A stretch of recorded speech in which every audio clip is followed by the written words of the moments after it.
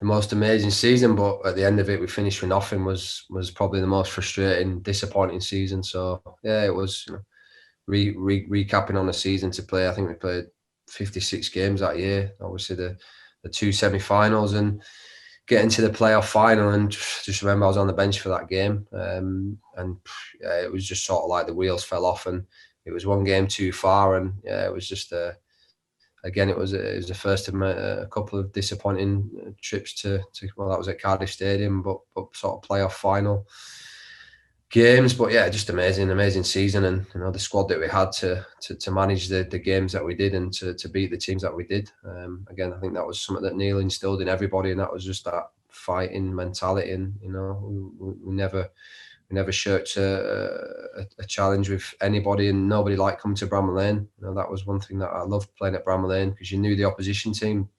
Doesn't matter who you were, Arsenal, it's the Bergkamps, the Patrick Vieira's, when they came to Bramall Lane, and Wenger, as a coach, you knew that they just hated coming, because they knew they were going to be in for a real fight, and they were never going to get anything without getting in a real battle.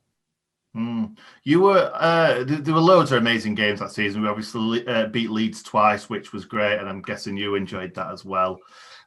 We played Arsenal in the FA Cup semi-final. And you were on the pitch when Paul Pesky-Salido had his header saved by David Seaman. Did you think that was initially over the line?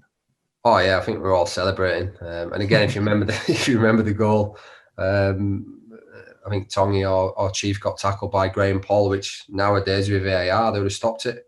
Obviously, they went down over end and scored. So, well, I don't know if they'd have stopped it with Sheffield United involved with VAR, but I think with any other club, Man United, Man United would have got a penalty. Oh yeah, so but even in that game, to take a team like that to take a goal assisted by a referee shows that that season we just competed against anybody and the top teams, and you're talking the top Arsenal teams at the time. So yeah, I remember Pesh heading that ball, and we all thought it was over the line. But yeah, looking back from that, there's always a funny story. I don't know if you spoke to Paddy, but I think David Seaman gave him his shirt after the game and signed it and stuff. And then I think he got a letter. Paddy opened the letter, I think a few weeks after, and it was from David Seaman saying, "I'm sorry that I'm sending this letter, but can you please send that shirt back?" It was something like his 1000th game and his best save or something, and I'll send you a new one. So I think Paddy had to package his shirt back up that he gave him and send it back to him. But and that was, again, that's brilliant. Just some great memories, but like I said, disappointing at the end to finish with nothing. Monty, I really hope that you all gave Jags some stick after that, because it's not often talked about. But Pesh header, Seaman saves, it falls to Jagielka a yard out. No one seems to mention this, and he blasts it wide and over, and it was quite a simple chance. And everyone just still talks about the save. I hope you gave Jags. He got away with that one. He did. He definitely got away with that one. Just like he got away with the penalty he gave against Wigan, I think, when he handballed it. I mean, I don't know. I think some of us would quite like to just say, Jags, what on earth were you thinking? Well, look, Jags is such a powerful shot on him. I think that he always found it hard to tap stuff because, I mean, great strike on him, technique of striking the ball. You remember the goals against Leeds and Middlesbrough and stuff. But yeah, he got away with that one, to be honest, because everyone does remember the save. Yeah, if he'd been 45 yards out, it'd have flew in. Oh yeah, no doubt. Now you've mentioned it, the game at Cardiff. Do you think it was because everyone was just knackered? Do you think it was too many games taking the toll on the team? Yeah, look, a lot of pressure. I think the emotion of that Forest game, and when we beat them in the semi, that was a massive performance. And look, I remember we went to the health club in Nottingham for a couple of days, and just before the final, and that's when, I think if you remember, there was Neil and Dean Windass had a chat, and I think the gaffer said, I can't guarantee you're going to be on the bench, whatever. Come the final, and sort of he left, and then it was all on Sky Sports, so he left the team thing and stuff. So again, it was a little bit of a cloud hanging over him. We went into the game, and like you said, on the day, Wolves were the better team, started well, and we conceded some poor goals, and it was a massive uphill battle from then. So I think the emotion of the season and all the games, and like you say, it just felt like it was one game too many, and I didn't feature in that game, but I was just devastated, and the boys were absolutely devastated. So it's again, looking back, that I think that really drove the gaffer on to keep putting a team together and keep going and get that promotion, which we eventually did. What happened with the Dean Windass situation? Was it as explosive as what they kind of made it? No, not in the slightest. Again, Dino was a big character. I think he came and did well in that stint, and I think the gaffer looked at the bench and said, well, you're not going to be on the bench, Dino. And I think he obviously, like any player, would be annoyed at that. Sort of left the hotel, and that was it. I don't think there was nothing malice about it, and I think everyone's a bit surprised. And even the gaffer had sort of said, look, the one thing the gaffer was great at was just being honest with people.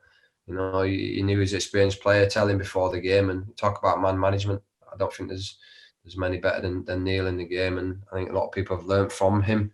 But like he said, he was always honest and told players how it was, and that's why most players respected him and would run through walls for him. But for whatever reason, that decision then, he obviously backfired a little bit, and Dino left, and it was in the media. But yeah, again, it's not the reason we lost the game, but it's probably not great going into a final when there's stuff like that going on. No, and we missed out, I suppose, on some good years that Dean Windass still had left, as he demonstrated. But I guess, Monty, you'd have also had to have a similar chat with Neil Warnock, because as you mentioned, you didn't play in that final. I think Mark Rankin started in midfield, which certainly surprised a few Blades. So that must have been difficult for you after you'd contributed throughout the season.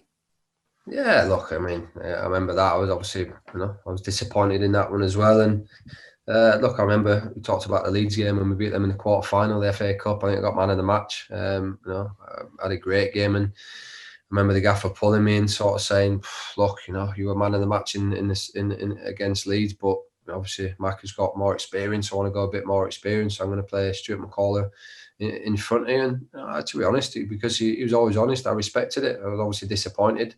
But I think that's one thing that I always do as a coach now, and I always will do. Whether players like it or not, I'll be honest with them and tell them you're not playing, or this is the reason you're not playing. You can agree with it, you can disagree with it, but let's get it out there now and give the player time to get his head around it. Because I think on match day, I've seen it where coaches don't tell the team, and they tell the team just before the game, and 2 or 3 players are absolutely raging and not involved, and it just it creates a bit of a poisonous atmosphere. So did you experience that with any managers in your career that only told you maybe on the day? Oh yeah, there was a few that would say it on the day, and that's when sometimes there's a random decision made, and even the players that are starting are confused why someone's left out. So again, I think that's why Neil would always sort of you'd know the team on a Friday, and if we made a change, he'd tell you, and if you weren't on the bench, he'd pull you early at the game and tell you. So I've definitely taken that from him and his man management, because I think that's the only way players will fully respect you.